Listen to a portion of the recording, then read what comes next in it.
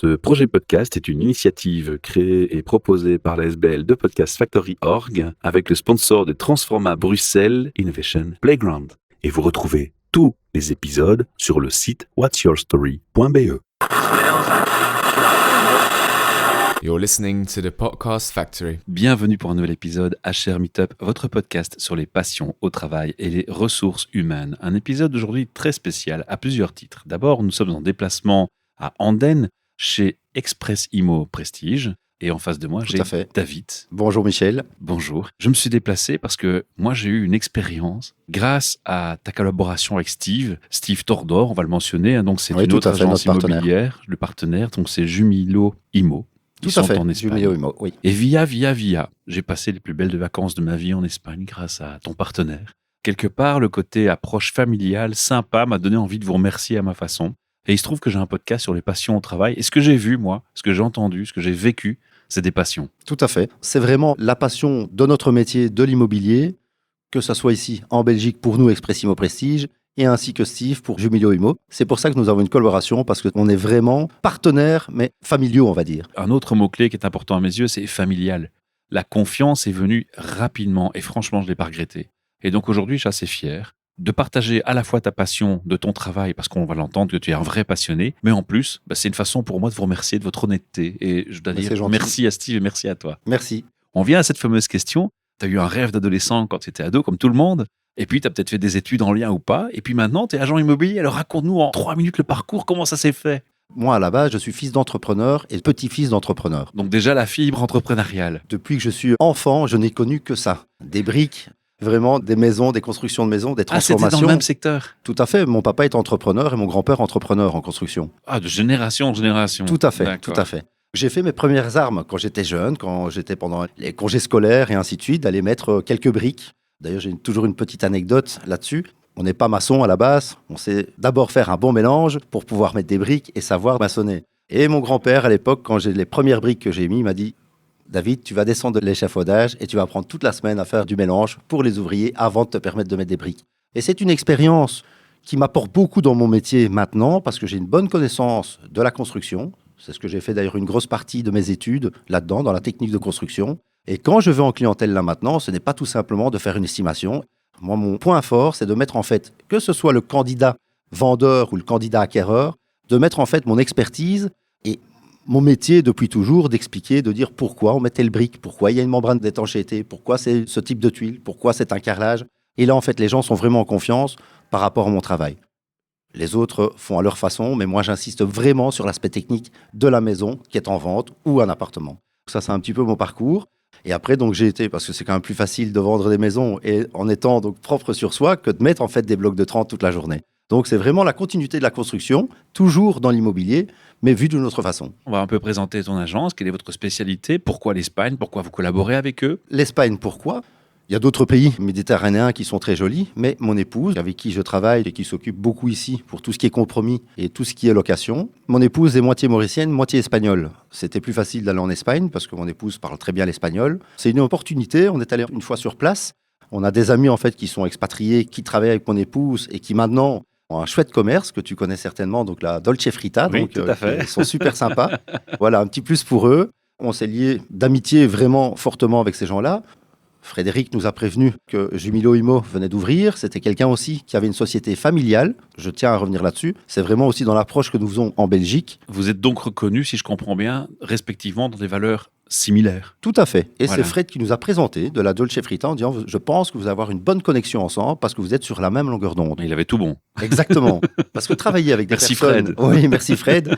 On peut travailler avec des personnes, mais il faut au moins avoir un contact, d'autant plus qu'ici, c'est une collaboration à longue distance. Même si l'Espagne est assez proche, on n'a que 2h10 de vol en avion, mais il faut avoir vraiment donc une confiance avec son partenaire sur place, puisque quand on envoie des clients de Belgique qui sont déjà venus dans nos bureaux pour prendre des renseignements et puis les envoyer là-bas, mais avec Steve, l'avantage, c'est que je lui téléphone ou on s'envoie un petit mail ou un WhatsApp, je dis voilà, tel critère pour tel client, et alors il fait un suivi qui est fantastique. Ça, je peux en témoigner. C'est quelque chose qui est vraiment important pour moi, et on a de bons retours, parce qu'il y a parfois des clients ici qui disent ok, mais je veux bien acheter en Espagne, mais comment je dois faire pour les documents?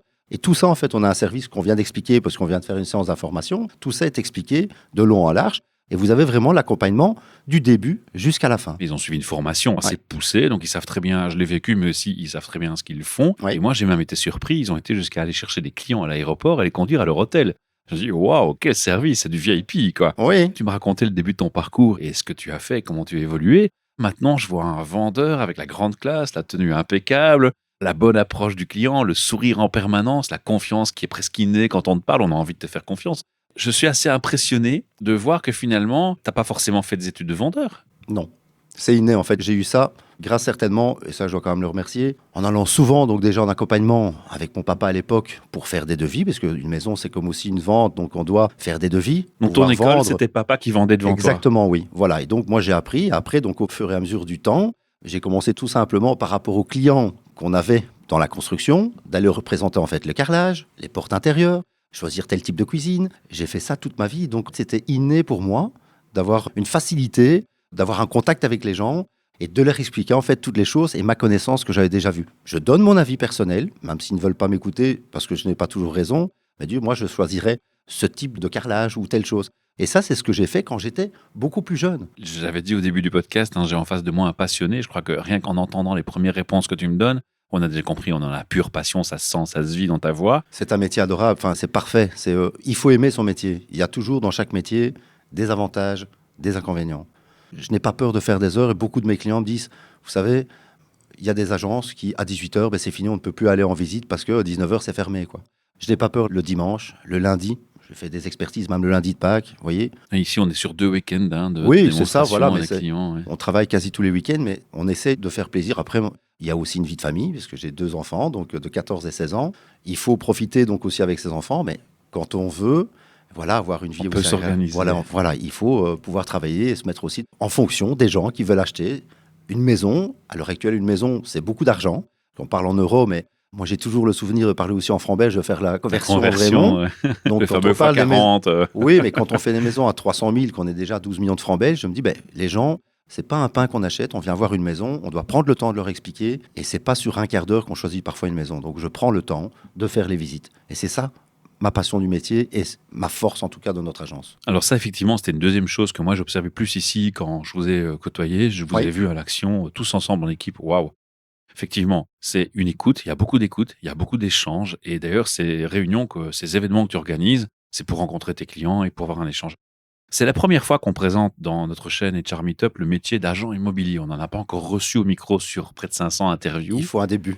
À tout. Il fallait un début. Si tu devrais décrire le métier d'agent immobilier à nos auditeurs et auditrices, parmi lesquels peut-être certains se disent « j'aimerais bien me reconvertir dans ce métier », quels sont les atouts qu'il faut avoir? Quels sont les points d'attention? Chaque personne est différente et on ne peut pas plaire à tout le monde. C'est ce que je dis. J'ai déjà eu en fait des stagiaires qui sont venus, même avant d'avoir notre agence depuis 7 ans. J'ai travaillé, j'étais responsable d'agence dans de grosses agences aussi. Et le jeune agent immobilier qui sort et qui dit bah, tiens, je vais faire ça, c'est un chouette métier. On est propre, on n'est pas sale. Parce que moi, je dis qu'il n'y a pas de saut métier. Mais il y a beaucoup de gens qui voient ça différemment en disant oui, c'est un chouette métier. Et généralement, ben, c'est ce que les gens remarquent. Hein. Ah, c'est un métier facile, ils ont toujours de belles voitures. Et c'est simple. Non, c'est pas si simple que ça. Parce que sinon, donc, tout le monde sera agent immobilier. Il y a une prise de risque aussi. Il y a une prise de risque aussi. Il faut savoir qu'on est quand même un des seuls métiers auxquels, si on ne vend pas, on n'est pas payé. Ça, les gens oublient de le regarder. Donc, moi. Toutes les heures investies en amont, c'est Exactement. perdu. Voilà, c'est C'est ça. comme ça qu'il faut le comprendre. Exactement, Ouais. c'est ça. Oui, quand on fait bien son métier, on vend rapidement, régulièrement, au bon prix, parce qu'il faut faire une analyse, il faut faire une expertise du bien. L'expertise, c'est en fonction des années d'expertise que j'ai fait, je ne saurais même plus les compter. De par expérience, on sait quand on voit une maison, qu'on a vendu une maison 200 mètres à côté, on est dans cette gamme-là de prix. Mais encore une fois, tout peut varier en fonction de l'intérieur et ainsi de suite. Ce métier-là est un très beau métier, mais ce qu'il faut aussi, c'est avoir le contact. Le contact humain, de ne pas avoir peur de téléphoner Et d'aller vers l'autre. et d'aller vers l'autre. Ouais. Dans notre métier, quand on téléphone, il y a aussi 10 refus en disant vous êtes la 14e agence à me téléphoner. Et il y a des jeunes agents immobiliers qui sont après un petit peu dégoûtés en disant j'ai chaque fois des refus. Une chose qui est importante, à l'heure actuelle, il y a tellement d'agences, ce qu'il faut jouer, c'est beaucoup sur son réseau Et son service. et son service. Ouais. Et quand je parle du réseau, c'est de parler avec justement le chauffagiste qui est venu hier vous dépanner jusqu'à 23h, ce qui m'est arrivé hier, et je parle avec lui, et le monsieur il me dit « Ah ben tiens, tout compte fait, ben, je voudrais en fait savoir qu'est-ce que vaut ma maison. » Même si parfois on sait que la maison ne va pas la rentrer tout de suite, mais le monsieur dira « J'ai eu un bon contact avec lui. » Et peut-être que 6 mois après, ou 1 an après, il dira « Mais le monsieur, lui, il est quand même venu en sachant que je n'allais pas vendre tout de suite. » Et moi maintenant, depuis des années, ça fait 5-6 ans que je ne passe plus un seul coup de téléphone. C'est les gens qui nous téléphonent pour dire « j'ai besoin d'avoir une estimation », par le bouche à oreille. Et tout ça, il faut le travailler. C'est un réseau. De génération en génération, tu es dans le bâtiment, tu connais jusqu'à la brique, jusqu'au carrelage. Si moi, j'ai pas ce bagage et que je veux me lancer dans le métier, c'est un handicap? Comment Non. ils font les autres? Non, c'est pas un handicap. Moi, je dis tout le monde fait à sa sauce. J'insiste plus sur l'aspect technique, parce que c'est mon métier, ça a été toute ma vie. D'autres personnes, par exemple, vont être beaucoup plus sociales. Et on ne peut pas plaire à tout le monde. Peut-être, je vais prendre l'exemple avec mon épouse. Elle risque peut-être d'avoir un meilleur client avec un monsieur qui est peut-être plus âgé ou une dame qui est plus âgée parce qu'elle va prendre un peu plus le temps et que moi, je suis assez direct. Chacun a sa force.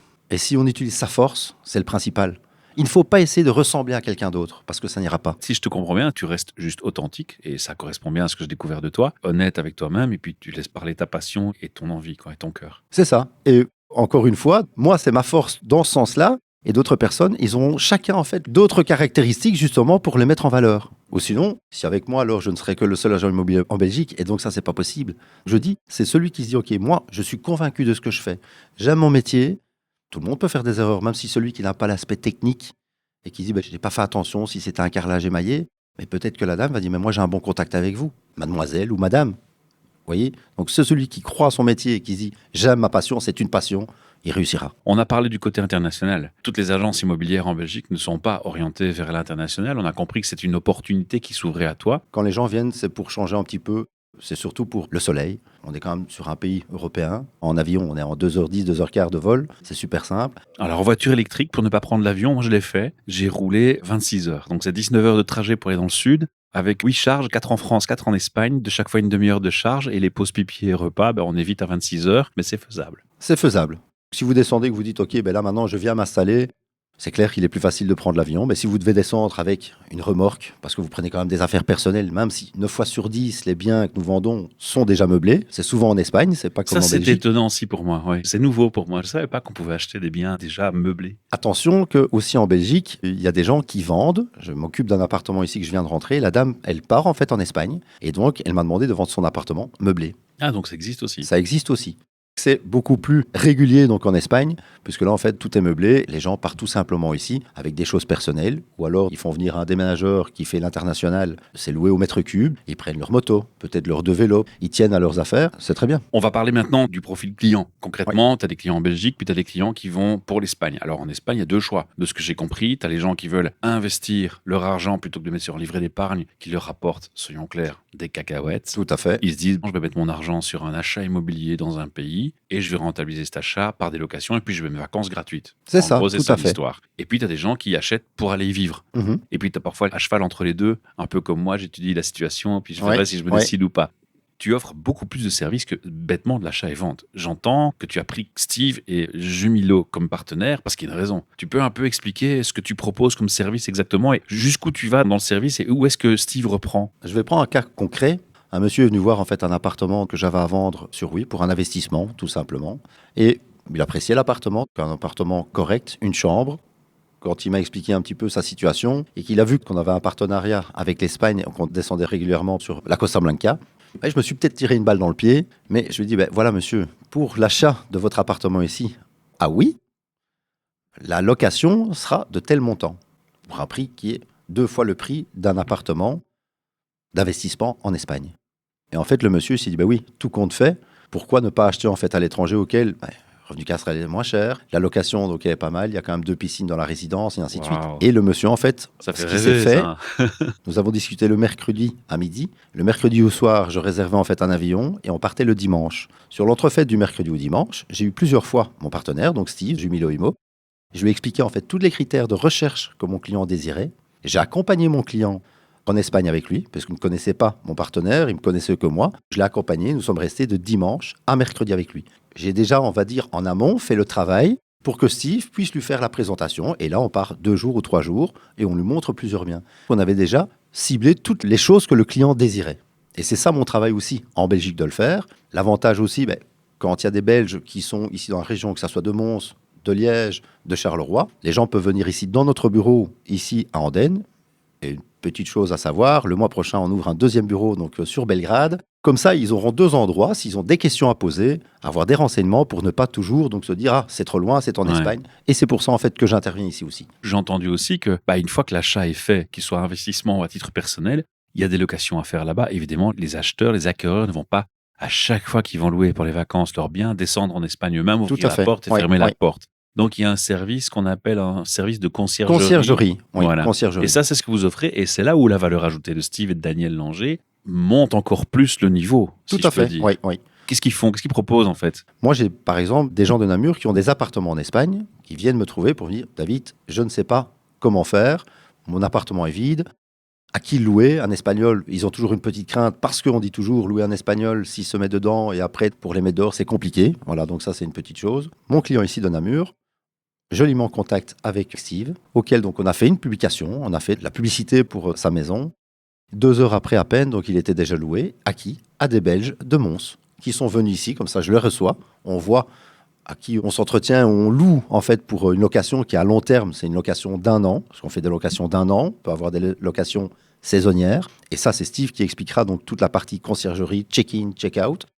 Mais les gens peuvent venir ici, puisqu'on loue beaucoup à des Belges, qui disent je vais prendre un peu, on en a discuté, de dire avant d'acheter, je vais peut-être louer 1 an pour voir si je me plais dans cette région. Même si la région est adorable, et généralement les gens qui vont pendant 1 an restent là-bas. Ah, je confirme, je suis tombé sous le charme. C'était géant, quoi. Et Ouais. pourtant, il faisait assez chaud, mais franchement, génial, quoi. Attention qu'on dit qu'il fait assez chaud, il y a quand même du vent qui est agréable. Oui, C'est pas la c'est même ça. température que la Belgique. Parce qu'il y a aussi une question C'est une qui revient température souvent. humide aussi. Les gens se disent oui, mais il fait trop chaud pour moi. Mhm. Non, c'est parce qu'ici en Belgique, il fait 26 degrés, on ne respire plus.